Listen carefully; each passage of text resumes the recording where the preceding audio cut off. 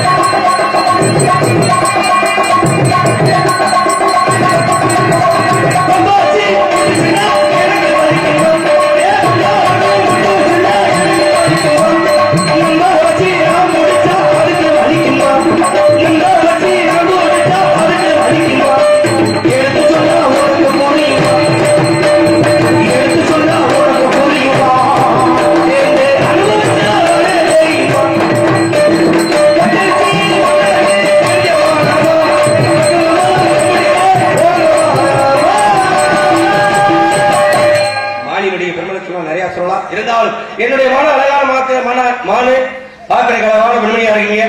உங்க மனசும் அப்படிதான் நினைக்கிறேன். ஒரே ஒரு தடவை மானை பிடிக்கிறதுக்கு சம்மதம் சொல்லுங்க பாப்போம். உங்க பேர் உங்க பேர் பேர் பேரு பேரா கந்தவீரன். உங்க அம்மா பேரு சடைச்சி. உங்க அப்பா பேரு சடையை. எங்க இருந்து வரீங்க? வெள்ளிமலையில் வரை. மானை எங்க இருந்து திறந்துட்டீங்க? வெள்ளிமலையில பார்த்த மானு விரட்டி வந்து ஓடி வந்து உங்களுடைய வேள்விமலை சார்லுக்கு உள்ள வந்துருச்சு. வேள்விமலை சார்லுக்கு வந்துருச்சு. கையில என்ன வச்சிருக்கீங்க? அம்பு. எதுக்கு பயன்படுது? அம்பு எதுக்கு பயன்படும்? எதற்கு பயன்படும் சொல்லுங்க.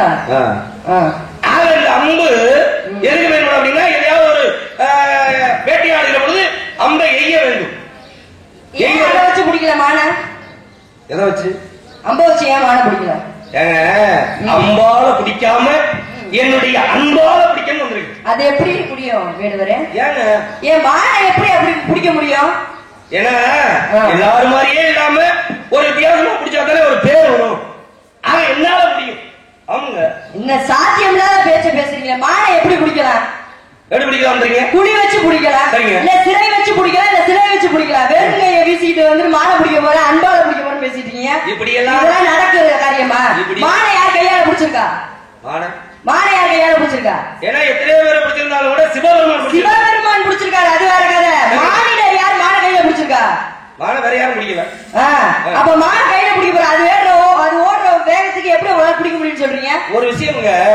சொல்லுங்க. இப்ப ஏன் நீங்க சண்டைக்காரோட பேசுற மாதிரி பேசுறீங்க? இல்ல நீங்க நீங்க வராத மானை சொல்லிட்டு இருக்கீங்களா, அதனால கேக்குறேன். இவ்வளவு தூரம் ஓடி வந்திருக்கிறேன், ஒரு கலைப்பா இருக்கும், ஒரு பொருளை தேடி வந்திருக்கிறேன், வாங்க வேடுவரே அப்படின்னு பக்குவமா பேசுறது கொடுத்தனே வேடுவரே. ஒரு விஷயம் தெரியுங்களா? ஏன்னா இருக்கின்ற பொழுது எது செய்யணுமோ அதை நினைக்கும். இப்ப ஒரு மனிதன் உதவி செய்யணும்னு நினைச்சா இருக்கிற பொழுது நினைச்சாங்க உதவி செய்ய முடியும். செத்ததுக்கு முன்னாடி செய்யணும்னு நினைச்சா முடியுமா?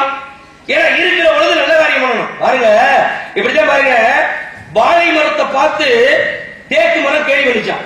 எப்படிங்க? வாழை மரத்தை பார்த்து தேக்கு மரம் கேள்வி பண்ணிச்சான்.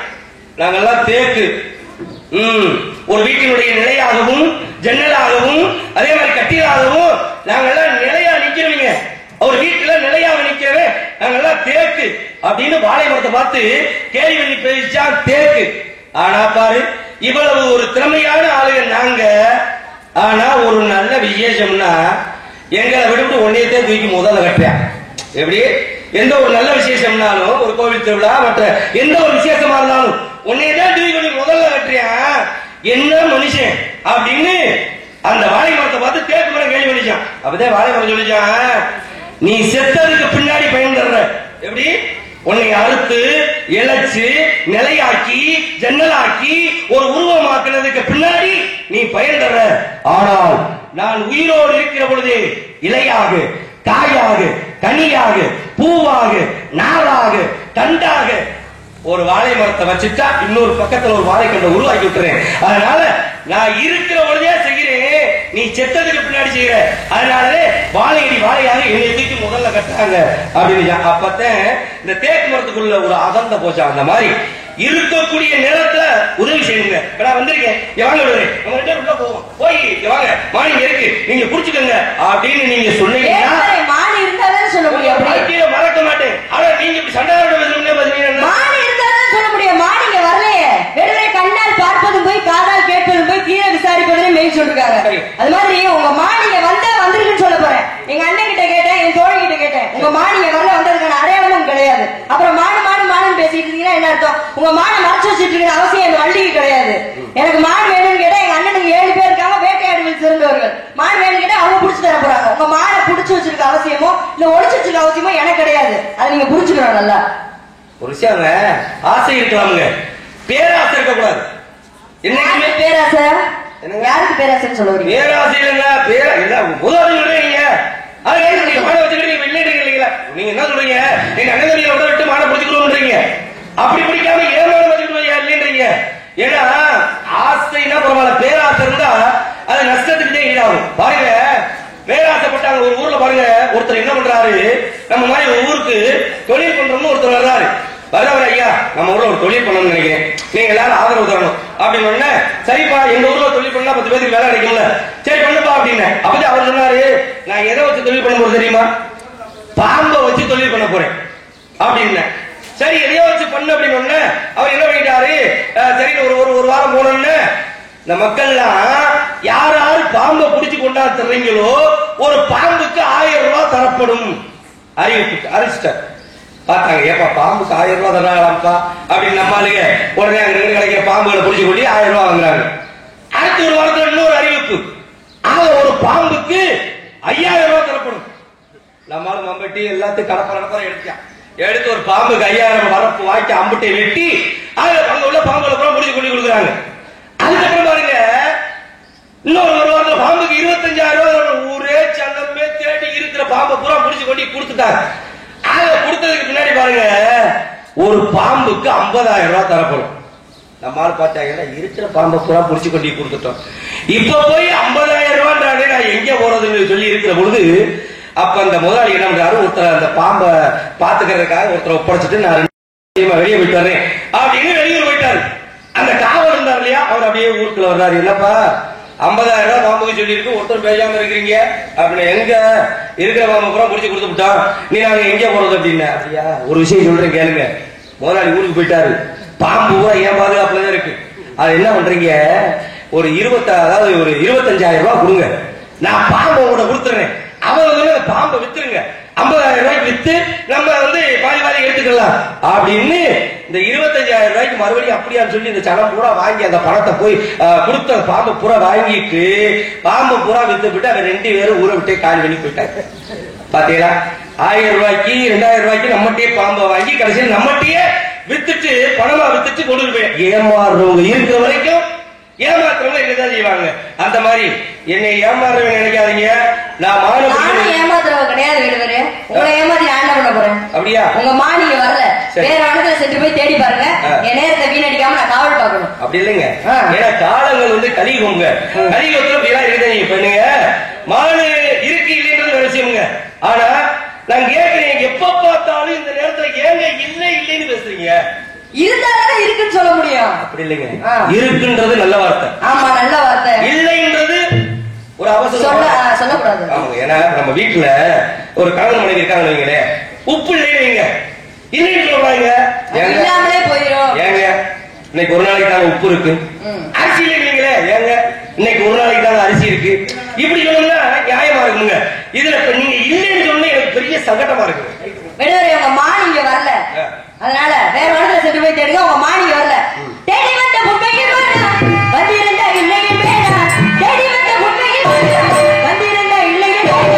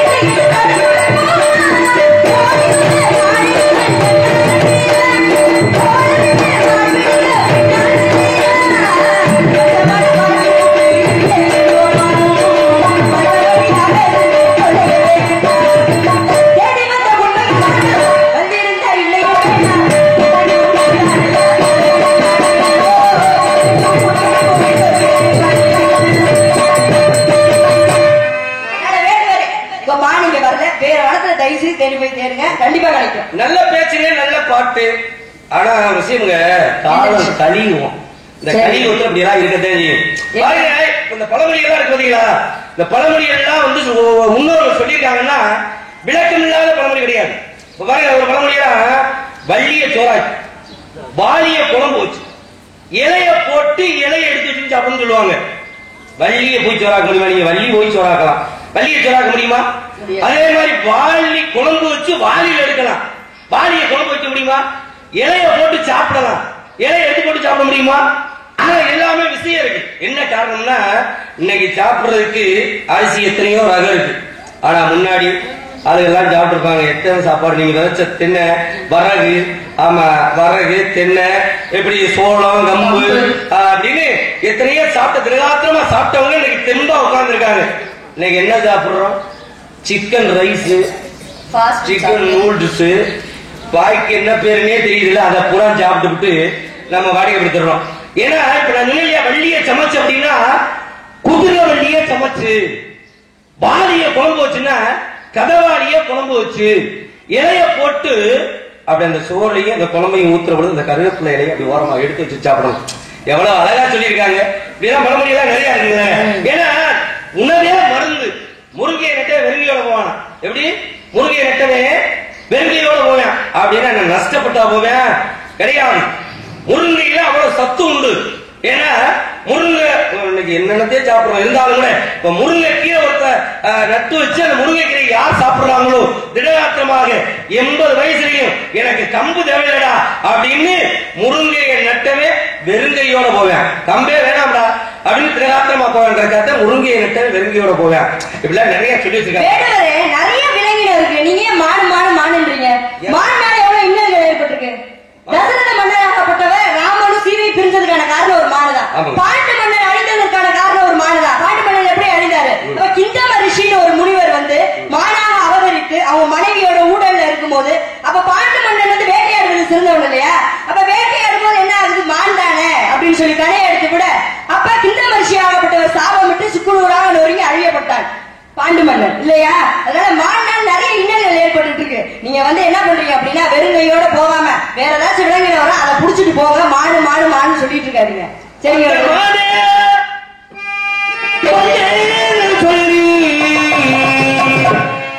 பாதம் செய்யாதே நல்லா அல்லவள்ளி உன்னை விடுவேனா உன்னை விடுவேனா நல்லா அல்லவள்ளின்னு ஏன் முறைக்கிறீங்க? நல்லா அல்லவள்ளி அப்படின்னு உங்களை சொல்லுவேனா? ஏன் தெரியுமா? நீங்க எவ்வளவு பாத்திரக்கு அழகா இருக்கீங்க, எப்படி பாடுறீங்க, எப்படி பேசுறீங்க. கொஞ்சம் வயசுல இன்னைக்கு நீங்க வழியா வந்திருக்கீங்க. இன்னைக்கு நம்ம கண்ணாடி வெடிக்கு இங்க வந்திருக்கீங்கன்னா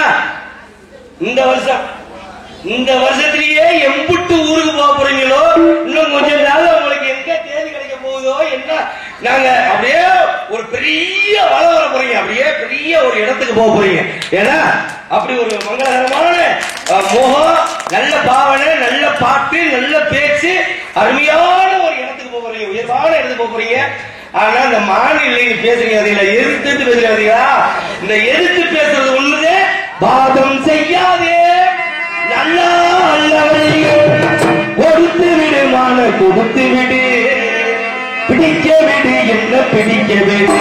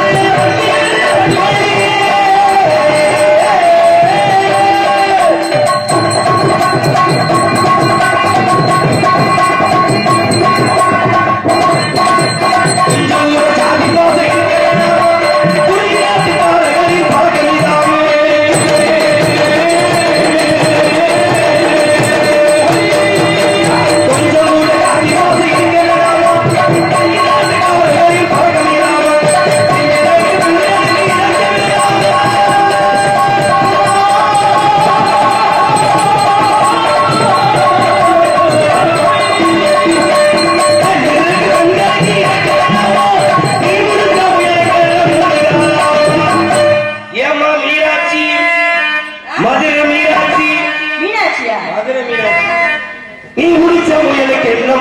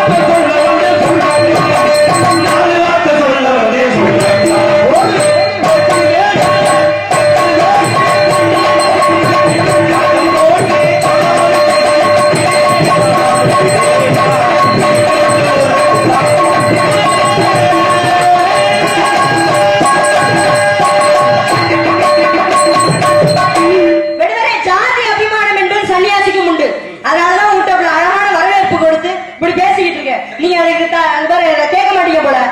ஜாதி சட்டம் கூட்டத்தில் இப்படி பார்க்கல, அது முதல் வர கதை கேட்கல. ஜாதி சட்டம் கூட்டத்தில் இப்படி பார்க்கல, அது முதல் வர கதை கேட்கல.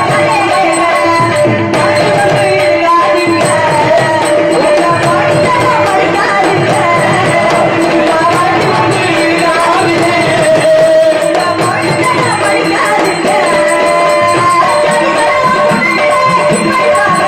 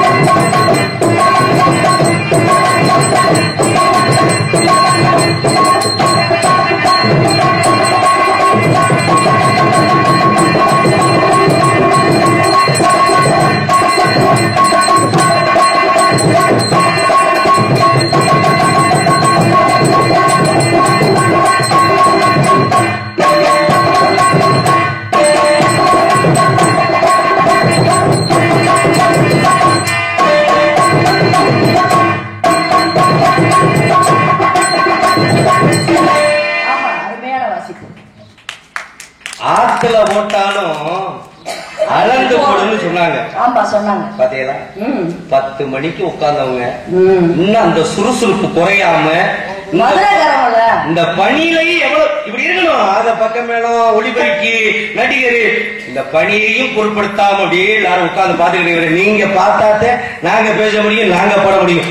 ஆக உங்களுக்கு எல்லாம் கோடான ஓடி நன்றி இந்த பணியில பாத்துக்கிட்டு இருக்கீங்க அப்படின்னு எல்லாமே அமைஞ்சாதே ஒரு நாடக சிறப்பு அமையும். பக்கமேடைகளை பரபரன்னு அப்படி இருக்கணும். ஏன்னா ஏன் சொல்லி ஆத்துல போட்டாலும் அளந்து போடணும். யாரு போய் எந்த ஆத்துல எங்க அளந்து போட்டா யாரோ சொன்னாங்கன்னு நம்மளும் சொல்லுவோம். என்ன காரணம் அப்படின்னா விளக்கம் இல்லாம கிடையாது. ஏன்னா ஆத்துல கிடையாது, அகத்துல. அந்த அகத்துல இந்த அகமின்ற உள்ளத்துல நல்லது எது கெட்டது எது எந்த விஷயத்தை மனசுல வச்சுக்கணும் அப்படின்றத நல்லது எது கெட்டது எதுன்றத இந்த அகத்துல அளந்து ஆராய்ந்து போடு. அகத்துல ஓட்டாலும் அளந்து போடு, அகத்துல ஓட்டாலும் அளந்து போடு என்பதை நம்மால ஆத்துல ஓட்டாலும் அளந்து போடு. இதே ஒரிஜினல் இதே ஒரிஜினல் பீடியை குடிச்சுக்கிட்டு இருப்பேன். என்னடா மனசு தெரியலடா, புண்பட்ட நெஞ்ச புகைய விட்டு ஆத்துறேன், புண்பட்ட நெஞ்ச புகைய விட்டு ஆத்துறேன் கிடையாது. சொன்ன பழமொழி என்ன அப்படின்னா, ஒரு மனிதன் கவலையாக இருக்கிற பொழுது ஒரு நண்பனோ சொந்தக்காரனோ ஐயா என்னடா விடுறா, என்ன அந்த பிள்ளை இல்லாட்டி இன்னொரு பிள்ளை, அந்த சொத்து இல்லாட்டி இன்னொரு சொத்து, அந்த வண்டி இல்லாட்டி இன்னொரு வண்டி, இந்த மாடு அடுத்த மாடு அப்படின்னு பணத்தை விட்டு என்ன பேச்சோட வாச்சா, பேச்சோட வாச்சா இந்த மாடு இல்லாட்டி அடுத்த மாடா, இந்த மாடு பிடிக்காம அதானே பேச்சோட பேச்ச வாழைப்பழத்துல ஊசி அந்த மாதிரி பேச்சோட பேச்சா இந்த மாடு இல்லாட்டி அந்த மாடா. ஆமா அந்த மாடு போயிட்டு போற மாதிரி எப்படி வந்தாங்க தான் தெரியும். ஆமா அதனால ஆக ஒரு சொல்லக்கூடிய அந்த ஆறுதலான வார்த்தையை புண்பட்ட மனதில அவர் சொன்ன ஆறுதலான வார்த்தையை புகவிட்டு ஆத்து. சொல்லக்கூடிய வார்த்தைய ஆறுதலான வார்த்தைய நான் கண்டா நீ என்ன கவலைப்படுற அப்படின்னு சொல்லக்கூடிய வார்த்தைய புகவிட்டு ஆத்து அப்படின்றத நம்மால் புகைய விட்டு ஆத்துறாங்க. இப்படி ஒவ்வொரு பழமொழிக்கும் விளக்கம் இருக்குங்க. இருந்தாலும் என்னுடைய மாணிக்க உங்களை பார்த்தாலே நீ பாவமாதான் விடுவார் இருக்கு. அதனால என்ன பண்ணாருங்க தெரியுமா, உங்க மாடு வந்துச்சுன்னா புடிச்சு வைக்கிறேன், எங்க அண்ணன் சொல்லி அனுப்புறேன். அதனால மானோட மாடு எப்படி அடையாளம் அங்க அடையாளம் சொல்லிட்டு போங்க. புடிச்சு வைக்கிறேன் அப்படின்னா வந்தா பிடிக்க முடியாத மாதிரியும் பிடிக்க முடியாது. உங்க அண்ணன் 7 பேர் இருக்கலாம், 7 பேர் பெரிய வீரங்களா இருக்கலாம். அண்ணன் புடிச்சு வைக்க சொல்றீங்கன்னா பிடிக்க முடியாது. மானுக்கு அடையாளம் கேட்கறதோட இருக்கணும். எங்க அண்ணனை பிடிச்சு சொல்லி சொல்றேன், உங்க அண்ணன் பெரிய எளிய பிடிக்க மாட்டாங்க. ஆமா மானுக்கு அடையாளம்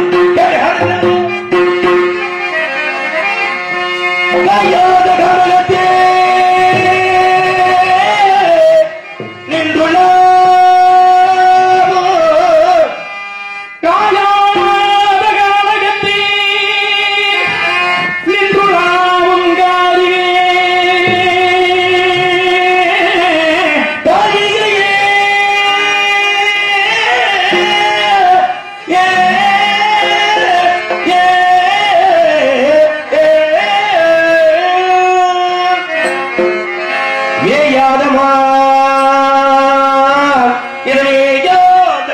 நல்ல ஜாதிமான் மேயாதமான் புள்மேயாதமான் மேயாதமான் மேயாதமான் மேயாதமான் புள்மேயாதமான் மேயாத மேயாதமான் மேயாதமான்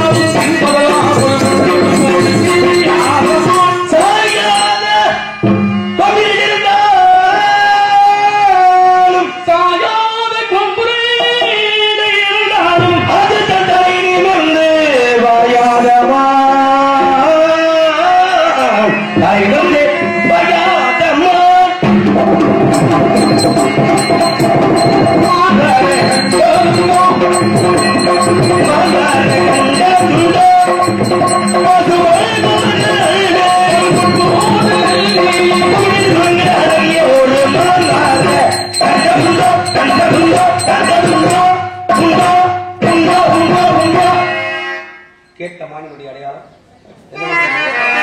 மானோட அடையாளம் மாதிரி இல்லையே. யாரு சொன்னா? ஒரு பொண்ணோட அடையாளம் மாதிரி இருக்கு. பார்வை சரியில்லையே. யாரு சொன்னா மான தெரியும்னு? அப்புறம் தெரியும் உன்னைத்தான்.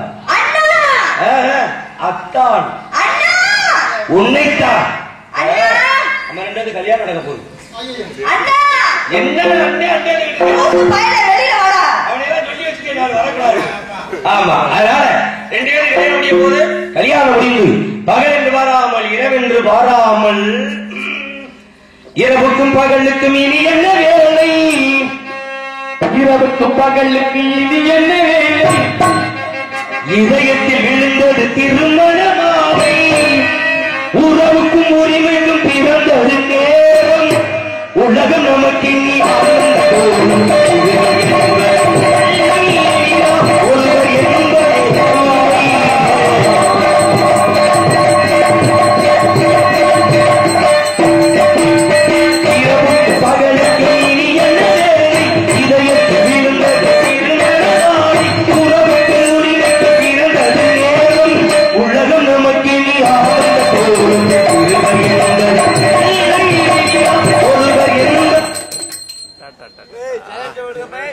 சரியான நேரத்தில்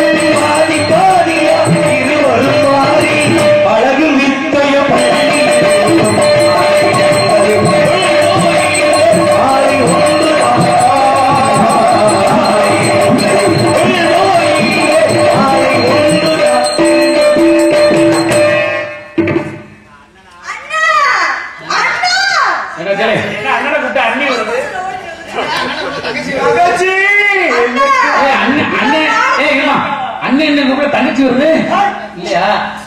தங்கச்சி என்ன பிரச்சனை? அவர் மாடு தேடி வரையானே என்ன தேடிதான் வந்தாரா? கல்யாணம் பண்ண ஆசைப்படுறாரா? அண்ணன் மேல சொல்லியா? உன் பேர் சொன்னதுக்கு அப்புறம் தான் கல்யாணம் பண்ணிக்கிறாரு. தங்கச்சி என்னன்னு உன்னை இவ்வளவு காலம் வளர்த்து ஆளாக்கி யாரோ முகம் தெரியாத மூணாவது மனுஷனுக்கு கட்டி கொடுக்கறதுக்கு பதிலா மந்த கருப்புக்கு 200 ரூபாய் காணிக்க வச்சுட்டு உனக்கு எனக்கு ஒரே மேடையில உனக்கு ஒரு மாப்பிள்ளையும் எனக்கு ஒரு பொண்ணையும் கல்யாணம் பண்ணிக்கலாம். அண்ணன் பாக்குறேன் கவலைப்படா. இதுதான் பிரச்சனை தெரியுமா? குலக்கடல் முருகப்பெருமானை நீ வணங்காததான் காரணம். அப்படியா? திருப்பதி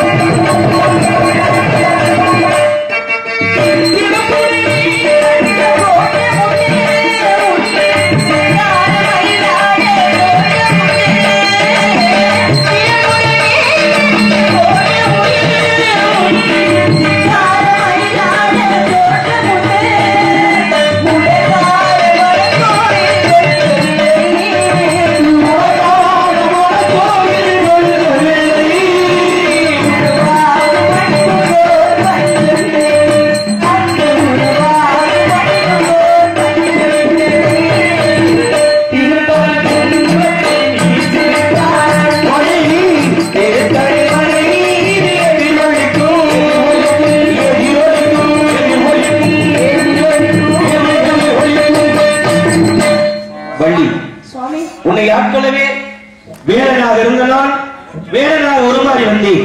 நீ என்னை அடையக்கூடிய காலகட்டாயம் விட்ட காரணத்தினாலே இப்பொழுதே நம்முடைய திருமணம் இனிதே நட வேண்டும்.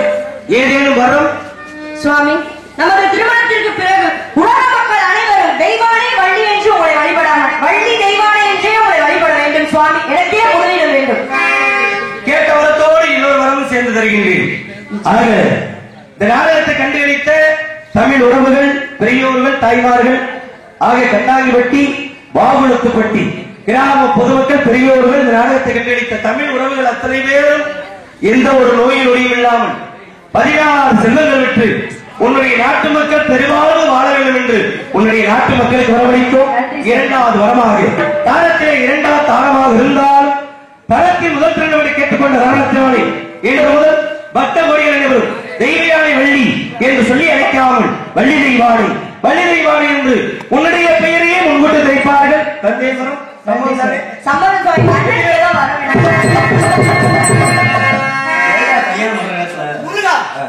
என் தங்கச்சியே கல்யாணம் பண்ண போறீங்க. இவ்வளவு காலம் வளர்த்த அண்ணன் எனக்கு ஒரு வர வேணும். இல்லையா முருகனே வந்து ஒரு அதே ஒரு பெரிய வாக்கியம் இல்லையா? என்ன வர வேணும்? முருகா, எப்பொழுது பார்த்தாலும் தாங்கள் விடியும் பொழுது இப்படி ராஜபாலத்திலே காட்சி தருகிறீர்களே, ஒரு நாளைக்காவது உங்களை நான் பழனியில் மாதிரி கோபுரத்துடன் பார்க்க வேண்டும். ஒரு விஷயம் தெரியுமா? இந்த வேலை இருக்கு இல்லையா? இந்த வேலை எங்க அம்மா வந்து அசுரன் அழிக்கிறதுக்காக கொடுத்தாங்க. அந்த கொடுத்த நாள் என்ன நாள் தெரியுமா? தைப்பூசம். தைப்பூசத்தன்றுதான் எனக்கு இந்த அம்மா அசுரர்களை அநியாயத்தை அழிக்க வேண்டும்னு கொடுத்த வேலைனால சூரவது மன்னர் 2ஆ பிளந்ததுக்கு பின்னாடி இந்த வேலை சும்மாதே இருக்கும்.